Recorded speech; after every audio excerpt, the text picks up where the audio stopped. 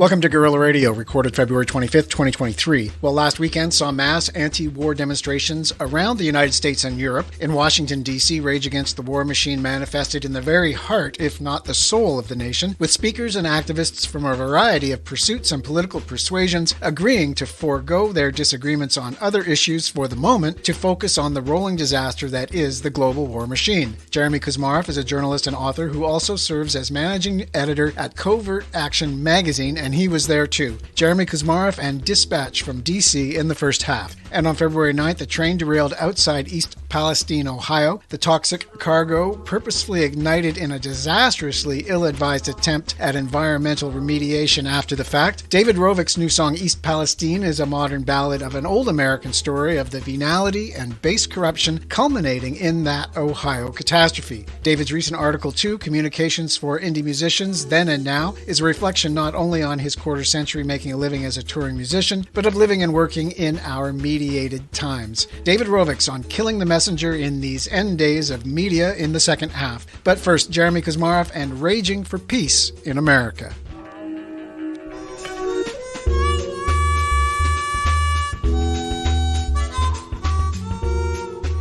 Jeremy Kuzmarov, welcome back to the program. It's great to be with you again. Well, now, Jeremy, it's always great to speak with you. You were there. You were at the Rage Against the War Machine demo. I saw a little bit of it on live stream, but what was it like to be there? It was great. I think it was a really nice atmosphere. There was a really nice vibe about it. People were friendly. There were groups of, different kinds of political and ideological outlooks represented. The speakers emphasized that we're really in a crisis here, and we've got to focus on this. We've got to put aside some of our differences and come together to stop this war machine, to stop the push toward world war, toward nuclear war.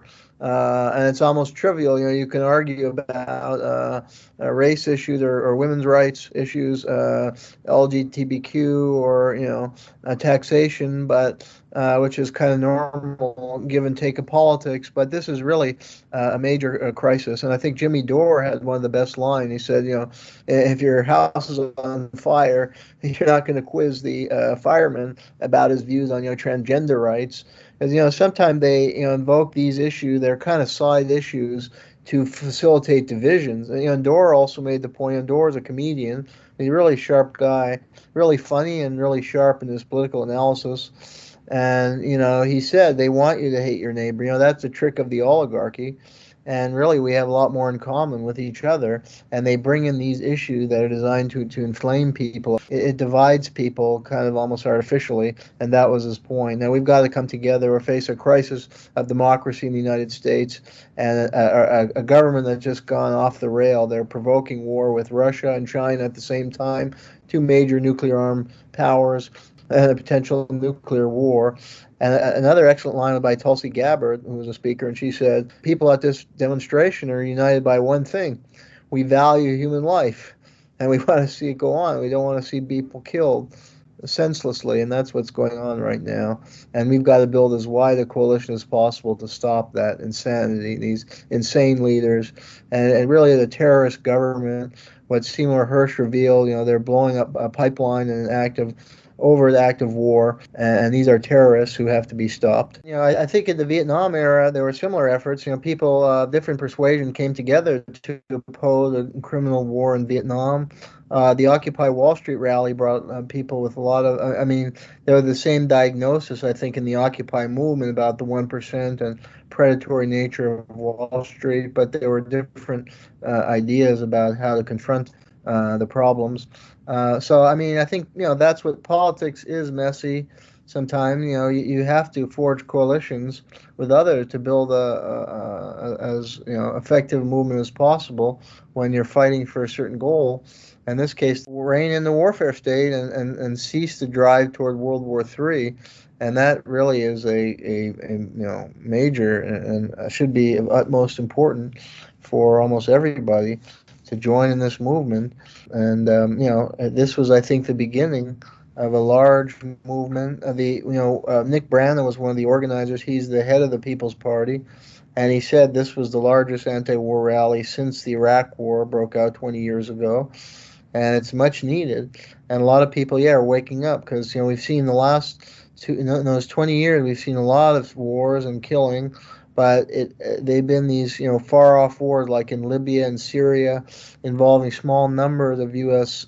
People fighting the war. So it hasn't commanded the attention. But now I think a lot of people are seeing a threat of nuclear war, and they're waking up and they're joining this movement, and they're willing to ally with people. They may have different visions of government, the role of government in society. The libertarian will want a small government with low taxes. People on the left will a different vision, higher taxes on the wealthy. But they see that it doesn't really matter. I mean, we're not going to have a livable future if this madness continues. So. Well, and it doesn't matter either if you've got high or if you've got low taxes, if all the taxes are devoted to the warfare industries. Yeah, well, that a lot of these speeches were the same. You couldn't tell the speaker what his background was because they were all saying the same thing. We don't want our money invested, our tax dollars invested in this war machine. We want the tax dollars invested in our communities, in healthcare and education and environment. And I think everyone agrees that. And you can debate how much to tax, but everyone wants to see the money spent well, and that's we're seeing a government that is squandering trillions of dollars. We saw just on a cost benefit analysis. I mean, trillions of dollars were squandered in Afghanistan into a corrupt government and a sinkhole. I mean, they were expose that the U.S. was basically funding the Taliban, that the army had to pay bribes to the Taliban, and the Karzai and Ghani governments were basically supporting the Taliban. They both came from Pashtun. Ghani and Karzai were both Pashtun, and they were kind of actually friendly. They wanted the war to keep going on because it was a cash cow for them. It was just a racket, and we're seeing the same kind of thing in Ukraine. I mean, one of the it was voted the most corrupt government. Numerous polls and watchdogs listed Ukraine as the most corrupt government in Europe. It's among the most corrupt governments in the world, in fact.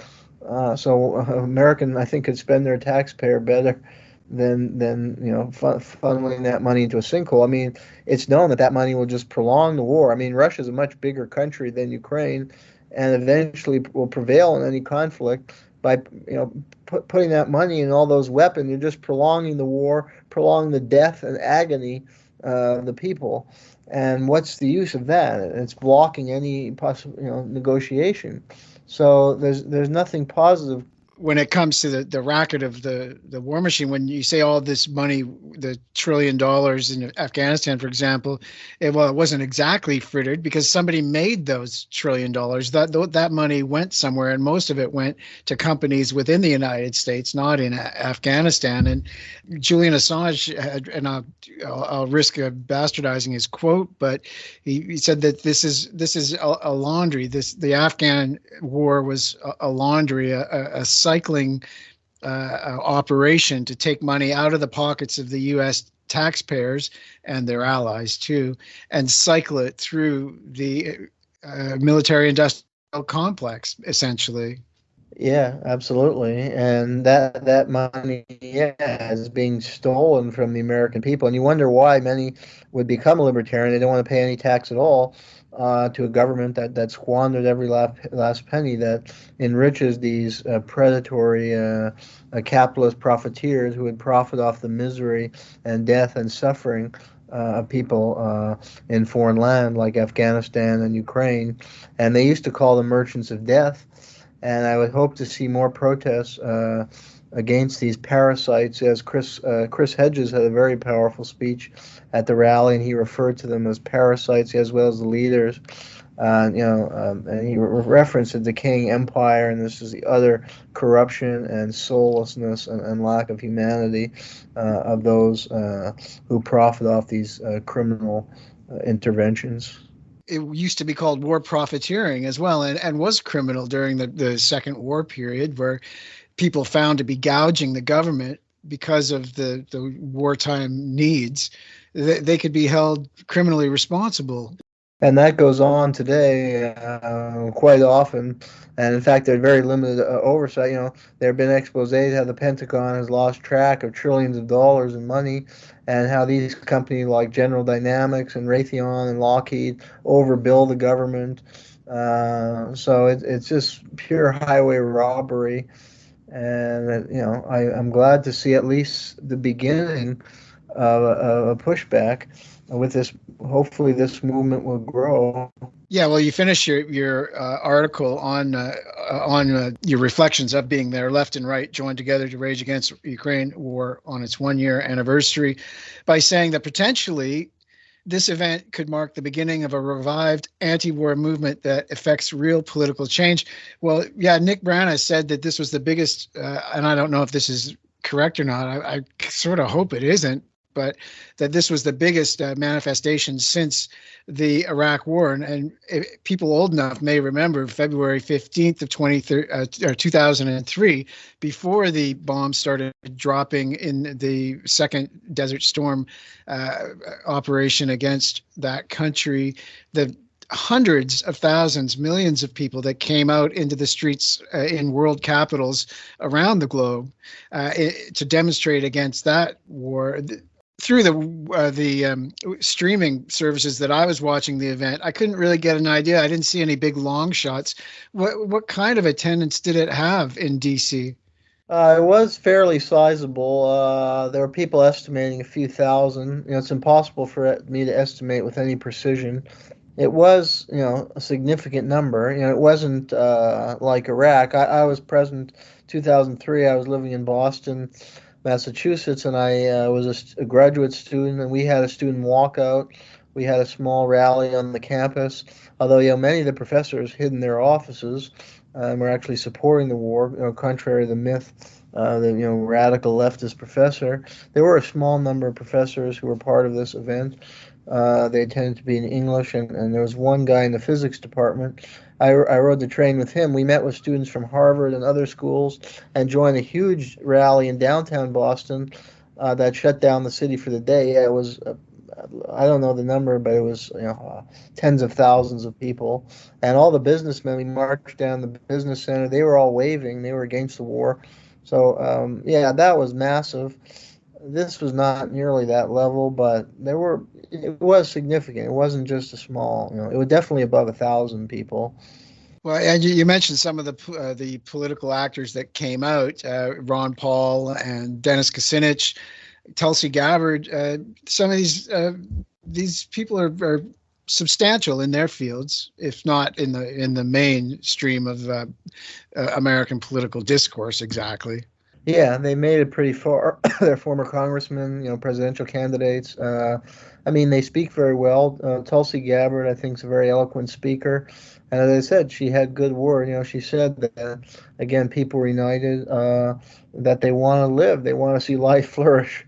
And, Dennis Kucinich had a very good speech. And he even mentioned, we won't get into it now, but, he was discussing basically the tyrannical nature of the American government, and you referenced the COVID and the censorship of anyone with an alternative view to the dominant narrative of COVID, and it gained a function research, and he said they're just involved in these like geopolitical chess games where human life means nothing. They're willing to sacrifice human life, and he mentioned that Taiwan will be the next Ukraine.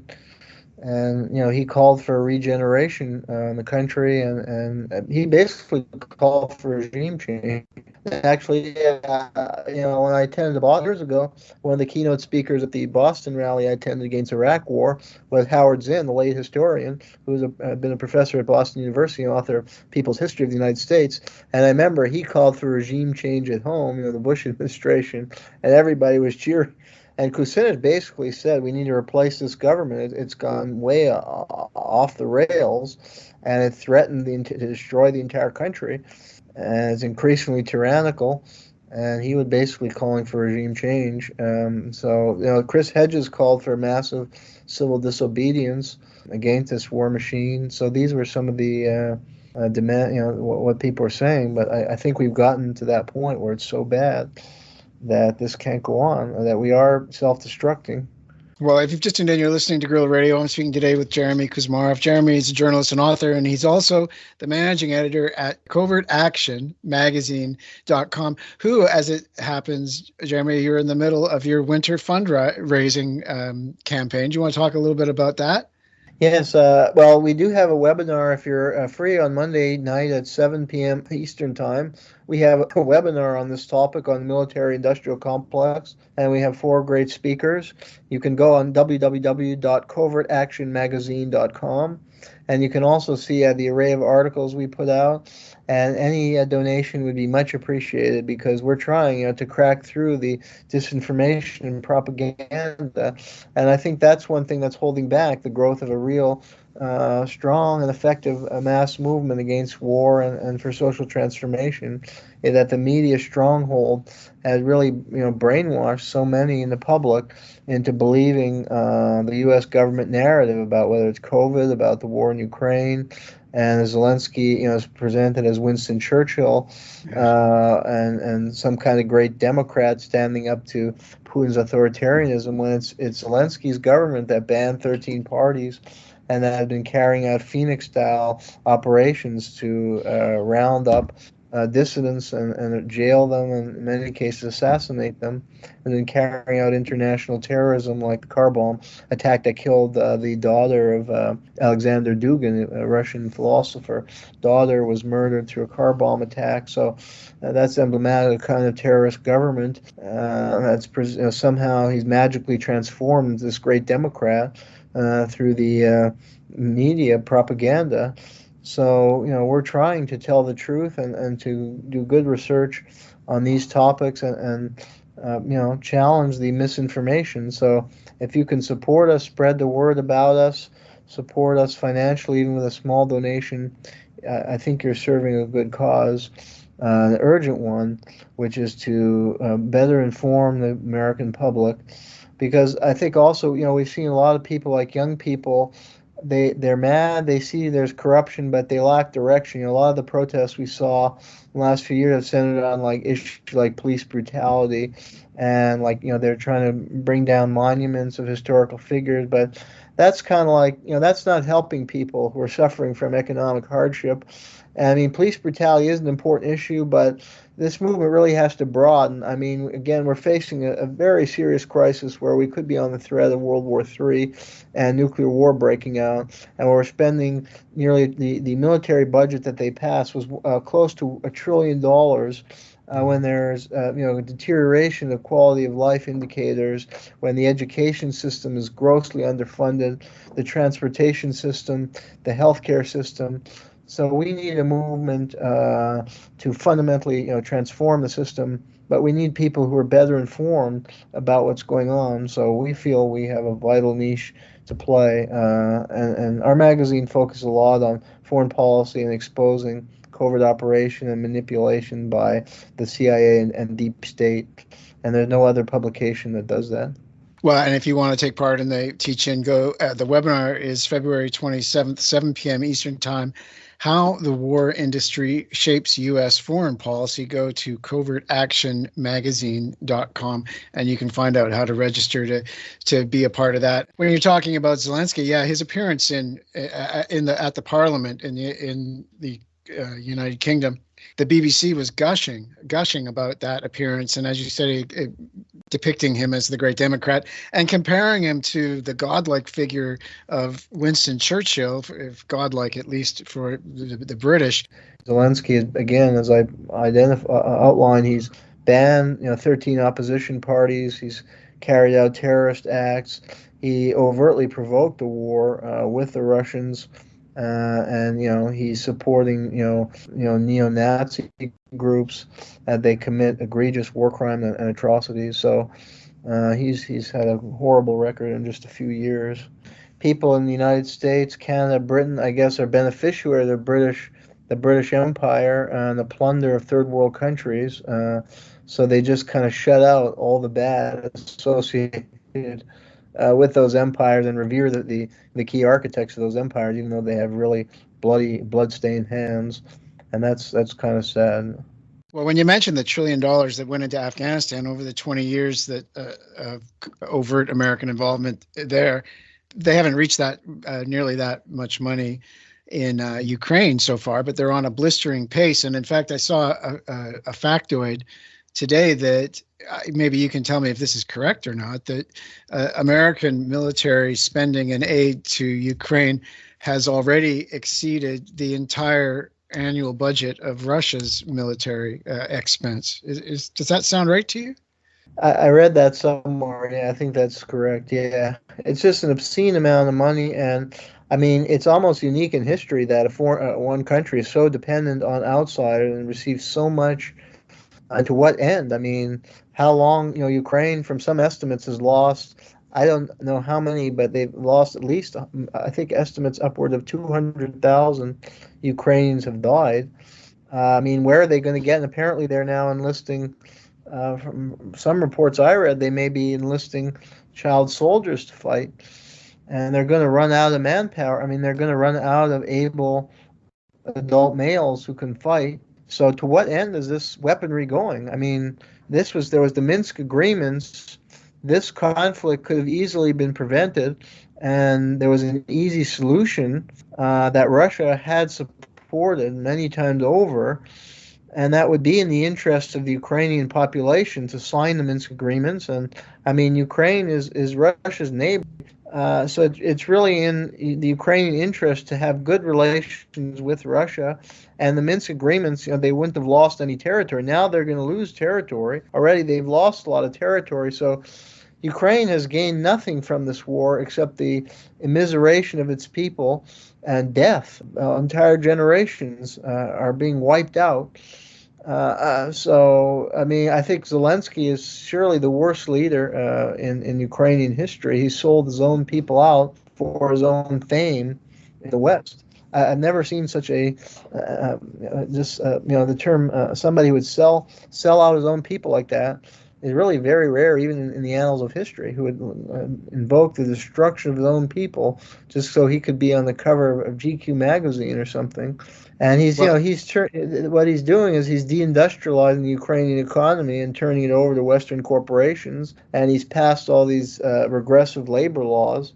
So just furthers how he's ensured the immiseration of his own population. Well, to be fair to Zelensky, that turning over of the Ukrainian economy to the foreigners has been underway for at least a decade now, and Joe Biden has no small part to pay. Yeah, the only one, but he's furthered it. So. And I wonder too if this money isn't just, as Assange said of Afghanistan, it's not merely just another great laundromat where tens of billions of dollars are being shoveled from the taxpayers of America and other countries, these allies, and Canada sadly being one of them, into the pockets of the military-industrial complex. The Prime Minister's Office of Canada came out yesterday with a press release titled "Supporting Ukraine for as Long as It Takes." It's full of bellicose language, propaganda-fueled language, denigrating to Russia and its leader and so forth and so on. And then with promises of yet billions of more Canadian tax dollars to be spent providing weaponry to continue. They can count on Prime Minister Trudeau and his minister, Chrystia Freeland, to, quote, support Ukraine for as long as it takes. An open-ended war, it seems. Well, it seemed that these leaders are not representing their own population, and it's high time that there is a revolt. I mean, Thomas Jefferson, said, I mean, it is healthy in any body politic. You periodically have to have revolts. Otherwise, leaders, just become increasingly corrupt. And that's what we're seeing. We're seeing leaders not beholden to their own population. They're involved in this crusade that's a morally bankrupt one. And that's, as you say, just enriching weapons contractors who keep them in power, fund their political parties. And it's just, leading to potential world war. And ultimately self-destruction of their own society. And I mean, Canada, like the U.S., has faced. I mean, I lived in Canada and I lived through constant budget cuts, just like in the United States. The impoverishment of public institutions, the impoverishment of higher education. Leaders have no commitment to developing a good society at home. And instead they're involved in these senseless wars, and it's not a government that's serving the needs of their populations, and it should be challenged.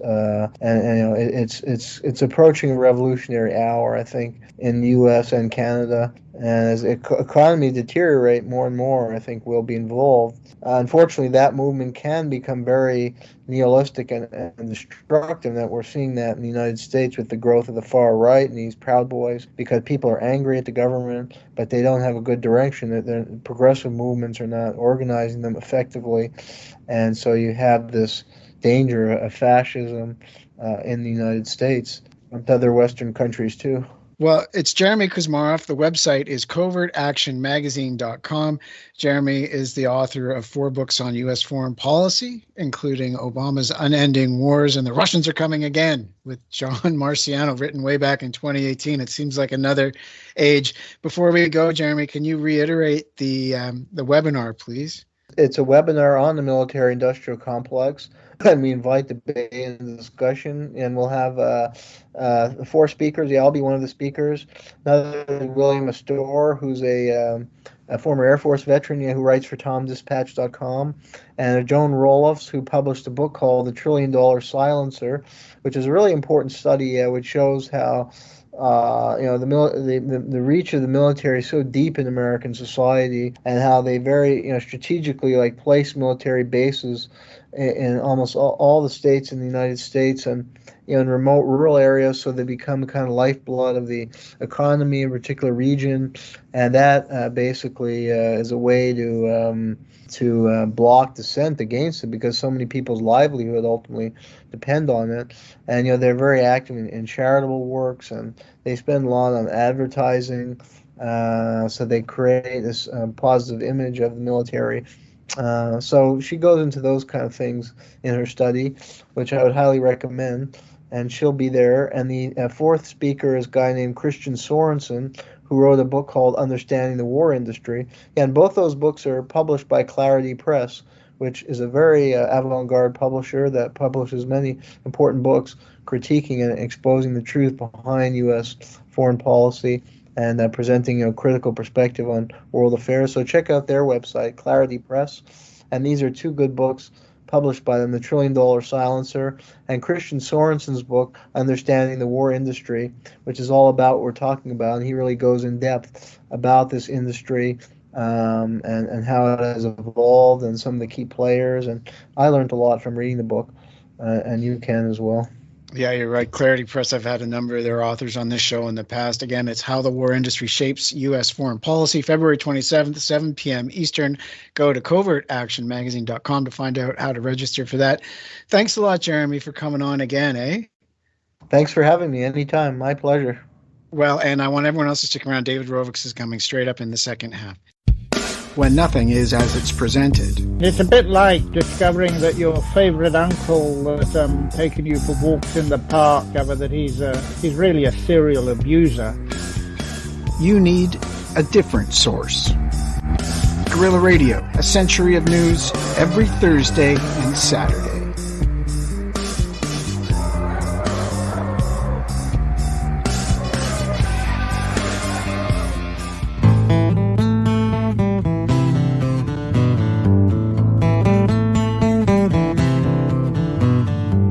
Almost 10 years ago, the train came through. In the center of Lac-Mégantic it blew. Scores of people died that night. What's been done since then to set things right? They'd like to know. In East Palestine, trains derailed in Washington state. Talked about reform, too little, too late. The industry lobby both sides of the aisle. Legalize bribery American style. Ask the folks in East Palestine. Welcome back to Guerrilla Radio. Well, on February 9th, a train derailed outside East Palestine, Ohio. The toxic cargo, purposefully ignited in a disastrously ill-advised attempt at environmental remediation, has now sparked fears of what the effects of the chemicals released over the town will be for the people, livestock, and the ecology in and beyond East Palestine. Media covering the crash is poisoned too, as is now the common pattern, with differing political agendas piling on across social and legacy news platforms to leverage the story to their various advantage. David Rovics' frequent essays on political issues and societal observations are featured at Counterpunch and DissidentVoice.org, among other places. He's a broadcaster, musician, blogger, and author of the novel A Busker's Adventures. His weekly program, This Week with David Rovics, can be found through his website, davidrovics.com, and on Substack, where you can read his essays, listen to his hundreds of original songs, and catch his myriad interviews on topics of social relevance. His recent article, Communications for Indie Musicians Then and Now, is a reflection not only on his quarter century making a living as a touring musician, but of living and working in our mediated times. His new album is Killing the Messenger, due out any day now. Welcome back to the program, David. Thank you, Chris. Great to be back with you. Well, it's always fantastic to speak with you. And now you've got a new song just out commemorating the event at East Palestine. And like so many of your songs, they are a chronicle of our times, especially American times. For the people that maybe don't know the background to the story, maybe they don't watch legacy news at all, which is an increasing number. What exactly happened on February 9th at East Palestine? Do we know the causes and so forth of this train derailment? Yeah, definitely. I mean, they say the folks who know about these things say that there's no question that if the modern braking system was in place as was going to be required after the last major derailments, most notably in Canada, of course, at Lac-Mégantic, Quebec in 2013, when 48 people were killed by the oil train that went off came off the bad braking, understaffed, etc. And there was another derailment in Washington State soon after that, which was pretty much an identical situation, except without the people. It happened in the middle of nowhere, so nobody got hurt in that. But it could have been in the center of a town like it was in Quebec. There's these trains going through cities all over this country, including mine here in Portland. The braking systems that were supposed to be updated back after 2013 were never updated because the rail lobbyists, the freight lobby, rail lobbyists lobbied Congress, both parties, and ultimately got the bill defeated, and it was never put out there. So basically, it just never happened. These changes never happened. And of course, the rail system itself, regardless of the brakes of the trains are using, the rail system is really old and dilapidated, and basically unfit for the kind of speeds, even though they're slow, that the freight trains are traveling at. And that's also part of why some of the derailments have happened, like in Washington State several years ago.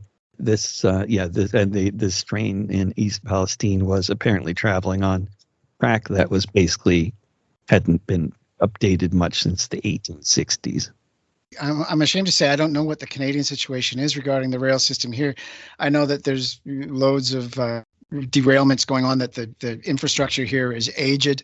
I don't know if we've got the same corporate lobbying power in Canada as in the United States, where they can dictate policies and then cut corners to maximize their profits the way they do in the States. I was surprised to read how profitable the rail industry actually is. It's one of the most profitable investment industries in the United States because of their profit ratios, because they don't spend the money on upgrades and so forth, and they just take the crashes as the cost of doing business rather than the huge expense of upgrading and maintaining properly the rail systems, which I know is fantastically expensive. When you mentioned Lac-Mégantic, that disaster in Quebec in 2013, the rail cars there, it was again with the brake systems. They'd parked. It didn't derail in the sense that this train did as it was moving forward, but it has actually parked and rolled backwards down into the town because the parking brakes didn't work, and they only had one guy on board when there should have been more, monitoring it. They weren't monitoring the quality of the brakes, and it rolled down the hill, and its cargo petrochemicals exploded in the heart of the town, killing, as you said, 48 people and blowing out the whole heart of this picturesque little Quebec town. But in this case, some video of the train that derailed in East Palestine, people had waiting at crossing in their cars were videoing the fire coming out of the wheels of this train as it passed by, and yet nothing happened to stop it before its eventual climactic catastrophe. Yeah, I think in Canada they did make some kind of a change to the law after that disaster, and they increased the staffing minimum on, like, you can't have 72 cars with only one engineer in it. You have to have two now, I believe is what I recall. Well, in this country now, because of the pipelines being blocked or stopped or as a workaround, more and more of the tar sands oil and other noxious products are being transported by rail in this country. And some of these cars are miles long. David, years ago when I was a young man, my brother and I jumped a freight train, like in the Woody Guthrie tradition, and rode it into the woods of Northern Ontario, where it stopped in the middle of the night in the middle of the summer. We were such noobs. We didn't realize what that meant, but we're soon almost devoured alive by mosquitoes and black flies. And so we ran to take shelter from the boxcar to one of the engines, and we had to run in the dark along the track for half a mile. And that was back in those days. I think the trains are even bigger now. Mm-hmm. How big was this train, do you know? Let's see, several dozen cars, 11 of which were full of toxic chemicals. I can't remember the number altogether, but apparently there are laws around, like, if you have fewer than 50 cars of toxic chemicals, then it doesn't need to be even mentioned to the local authorities that it's coming through. Right. If it's more than 50, then they have to mention some kind of crazy thing like that. Yeah, well, you talk about it. Well, so now you wrote the song East Palestine. Tell me about it. Well, I mean, honestly, there's just so many disasters going on all over the world all the time that I don't write about, and I think, oh gosh, I should write something about that. But with this, it just came on me that when I was noodling around on the guitar, I came up with an idea for a song about it. Really, but it's just describing what happened and describing how it was known that these things were going to happen, and this was an entirely preventable disaster that happened because of political corruption. That's the crux of it in terms of the song. Yeah, the great cloud of toxic chemicals that was shown on television, which really brought this whole disaster to. I mean, it might not have ever been known in the greater media sphere had it not been for this boneheaded decision to set alight all of these chemicals at once in this effort, as I mentioned in the intro, to as it was sold, to mitigate the disaster. But it seems that there was more behind that decision than as it was presented. Do you know any more about that, David? Yeah, I mean, I'm sure there's all sorts of there's a whole lot of bad things about burning it as opposed to letting it all go down into the ground. Lots of it went into the ground.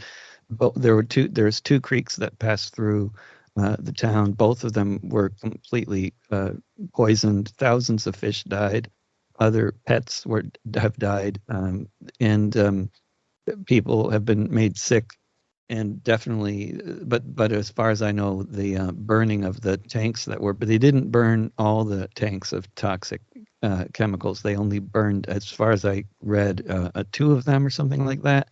And it was because of risk of explosion because the temperatures were getting too high. So that's what I read anyway. But if they were also trying to cut corners and avoid cleanup. I wouldn't be at all surprised. I think they've gotten a lot of attention for this, including from the right-wing press, which is trying to paint the disaster as some kind of evidence of the government's lack of concern for white people.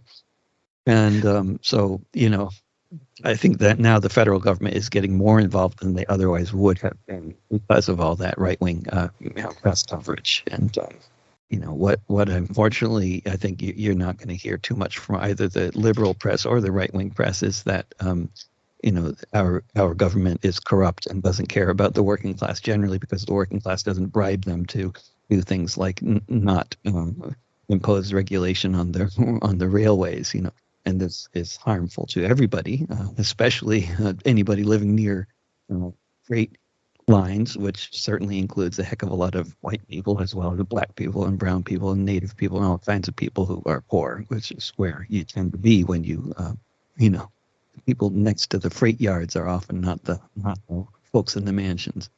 Well, of course, the other side of the tracks, or just being, the nearer the proximity you are to the tracks, it's not a place where you want to be because of the noise and everything else. And but and this whole idea of the media, Pete Buttigieg is the transportation secretary in the Biden administration. He's been roasted for not going to the site immediately, as has Biden. And Donald Trump, thinking of train wrecks, he was on the scene and using the occasion, as I mentioned in the intro, that people have been leveraging this story to their own advantage. And Trump was in there, but Trump had his chance to bring in legislation that would have made trains and freight trains safer on America's rails when he was president, but his administration didn't do anything either. Yeah, absolutely. I mean, this was the main failure to regulate the railways happened prior to his election, but certainly he never did anything about it during his 4 years in the White House. It's they're all trying to. Yeah, Buttigieg is such a useless politician. He's completely in bed with industry. He's completely incapable of imposing regulation. I mean, he's becoming a laughing stock for that reason, even among the liberals, who generally are not big fans of government regulation, lest they be accused of being socialists or something like that. Buttigieg is. I mean, he just writes letters. He calls the CEO of Southwest Airlines to complain instead of actually passing laws, which is what he's supposed to be there to do as the transportation secretary. It's his job to regulate these industries, and he's not doing that. Well, and like any citizen, he's sitting. I can see him now sitting at his kitchen table, writing an angry letter to the editor, or a letter to the CEO, Mr. So-and-so. You're, but to say a politician is useless, that's sort of a redundancy in terms, isn't it? I mean, politicians don't want to do anything because anything they do is going to be unpopular with somebody, and especially now in America, and it's true in Canada too, but more obviously so in America, where the political divide is so evenly split, where you're sure to piss off 50% of the population no matter what you do. I don't know. It depends on how it's spun and who. I think it's really all about political corruption at the end of the day, and not so much about polarization. The polarization is superficial and not really not very real when you really get down to what people believe about most things. It's these hot button social issues that everybody's polarized around because of media manipulation, I think, primarily. But if you get down to what most people think government is supposed to be there for, in basic questions like that, there's widespread agreement in this society, about what the role of government should be. It's just when you start introducing words that everybody's heard too much on certain media platforms, that make them think of bad people, bad socialists or bad fascists or whatever it is they've been trained to think is bad. That's when they get all polarized politically. But if you avoid those words and you just talk about, well, should government be responsible for providing housing and health care for everybody? Most people say yes, believe it or not. In this country, most people, the vast majority, answer that question with a yes. And that's including Republicans. It's shocking, but it's true. And you can find that with loads of different questions. When you ask them in a neutral, sensible way, you find that we have a socialist majority in this country. They just don't know it. Yeah, thanks for reminding me of not falling for the red blue dynamic. This magician's it's a fake ploy. divide. If you've just tuned in, you're listening to Guerrilla Radio. I'm speaking today with David Rovics. David is a frequent essayist and a frequent guest on this show, too, over the very many years we've been talking. I don't know what it is, David. I can't even remember now, 10 or 12 years anyway. David's the author of the novel A Busker's Adventures, a chronicle of his many adventures. He's been doing this for a quarter of a century now, living as a touring musician. His weekly program is This Week with David Rovics. You can go to David Rovics, that's with a C, ROVICS.com, and he's on Substack, and he's like just about everywhere else, too, that you can be. He's got hundreds and hundreds of original songs and many more. Your song map is I don't know of anyone else that does anything like that outside of maybe a library of some kind. We're talking around his recent article that is at counterpunch.org, among many other places, Communications for Indie Musicians Then and Now. We haven't really got to that yet in a big way, David. So let's talk a little bit about that now. This I pulled up a little thing here because I'm Canadian. Anytime I hear about media, I think of Marshall McLuhan, of course. And in his book, Understanding Media, The Extensions of Man from 1964, he writes, if you'll bear with me, quote, "The medium is the message. This is merely to say that the personal and social consequences of any medium, that is, of any extension of ourselves, results from the new scale that is introduced into our affairs by each extension of ourselves or by any new technology." When you're writing in your recent piece, David, Communications for Indie Musicians Then and Now, it really it reminded me of McLuhan, where we're in this milieu, this new technology that you're on both sides of. Your career began before the social media, as did my show, and now you've maneuvered into and through it, and you get a perspective because of your great age of being around before the technology, which gives you an advantage of those that it's always been there for. What's the push of your article? What's the thesis of Communications for Indie Musicians Then and Now? And am I just blowing it way out of proportion to drag Marshall? Oh no, you got it. No, you nailed it, and I love that quote. It's absolutely true. Yeah, totally. The medium is the message, or the medium determines the message in such a massive way. And I've been at this for 30 years now, so in the article I talk about the past 25 specifically because those are the years during which I have, and most people have, had email and access to the internet, right?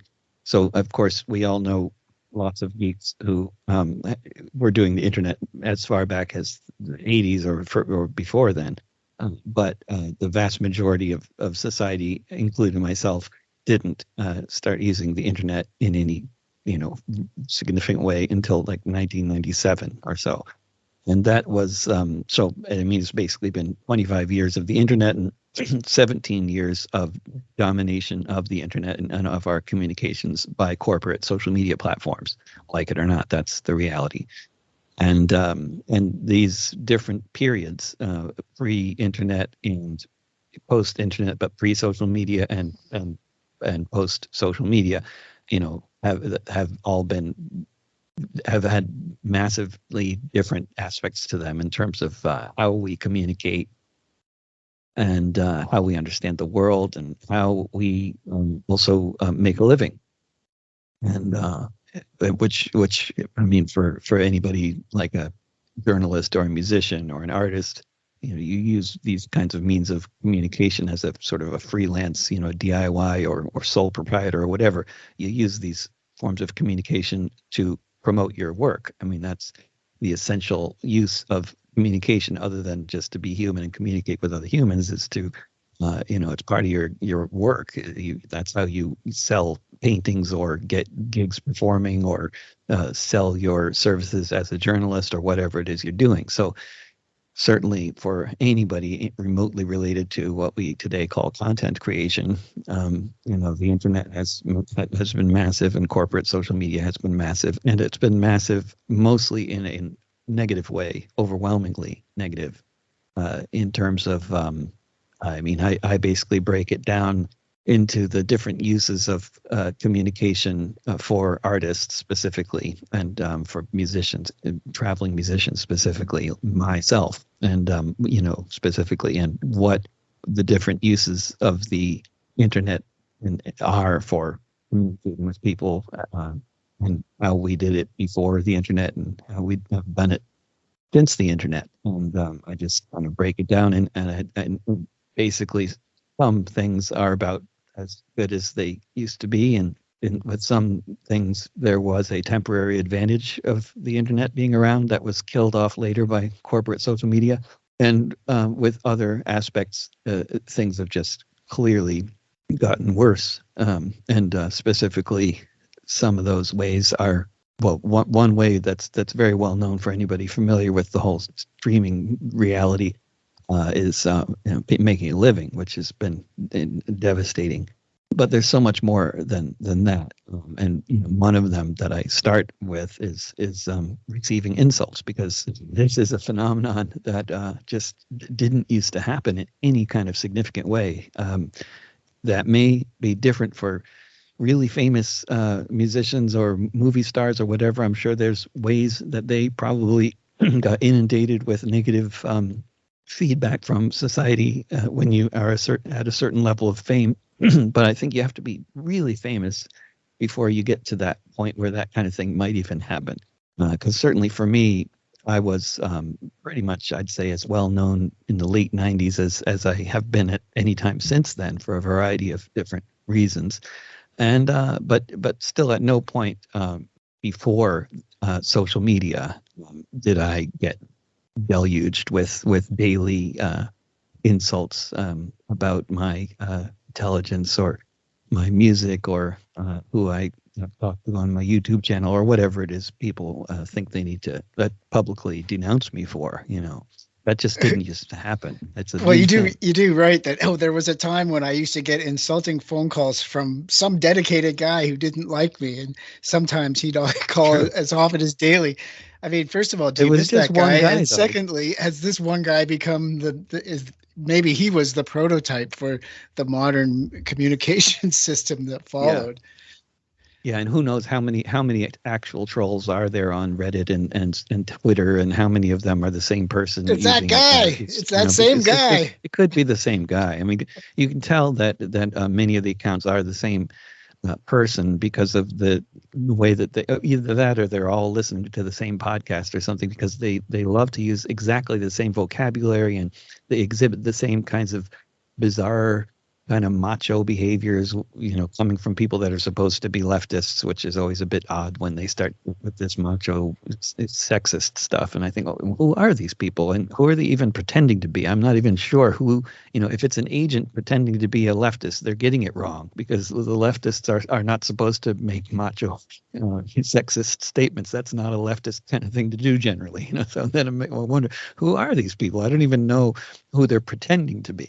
But there's clearly they clearly want to pretend to be a lot of people. They want to appear to be numerous, and the platforms make it extremely easy for them to do that. I mean, these platforms, if they weren't designed by intelligence agencies who are bent on atomizing and society and destroying the left and polarizing everybody into little camps and fiefdoms. If they weren't designed for that purpose, they should have been, because they're doing exactly that really effectively and very profitably at the same time. Well, that leads to something that another piece that you've written, and it's at Counterpunch, and I really want to talk about Robert Hoyt. But thanks a lot, David, for coming on again, and for all the work that you do, and good luck on the next leg of your continuing world adventure. Thank you very much, Chris. Great talking to you. All right, then. And I will also thank Jeremy Kuzmara for coming on. That's all I've got for this week. Until the next time. Thanks again, David. You can hear the time bomb tick in the town of East Palestine. Acrid air across the county. Who knows whether to stay or flee? EPA says it's all clean. It says so on this machine in the town of East Palestine. The next disaster's coming soon, as surely as the rising moon. The air, the water, and lives at stake. But we can't make them get new brakes. Just ask the folks in East Palestine. Just ask the folks in East Palestine.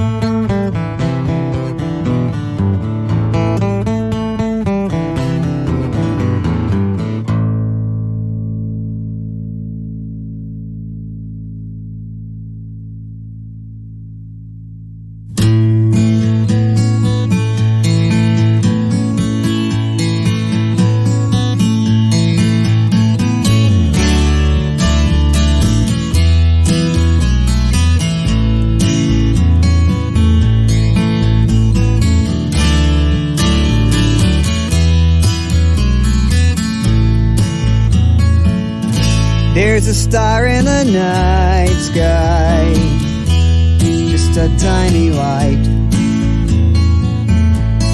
Seems insignificant, it's not very bright, but it's the most important star in the sky. And as you listen, you'll understand why. It's the tip of the handle, a little bear's tail. Even behind the cloud, it shines without fail. And in this hemisphere, wherever you roam, this tiny light helps you find your way home. And when you see this star, think about me, about the times we had and times yet to be. Look for the star, and know when you do that I'll be watching this star and thinking of you.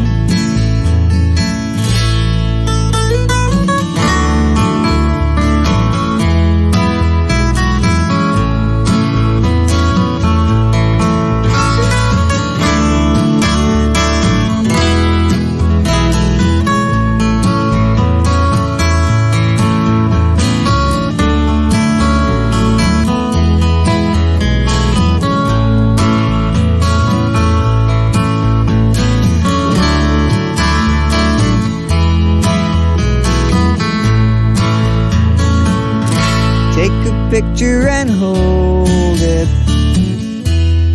in your mind's eye, so when the walls close in, you can still see the sky. There are so few things on which you can depend, but you can count on this star to shine without end. And when you see this star, think about me, about the times we had and times yet to be. Look for the star, and know when you do that I'll be watching this star and thinking of you. That I'll be watching this star and thinking of you.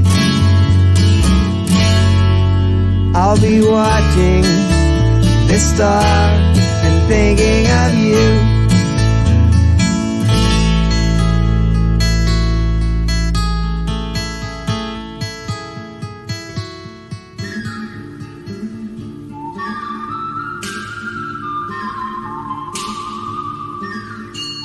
Good, bad, and ugly news on Guerrilla Radio. A century of news every week.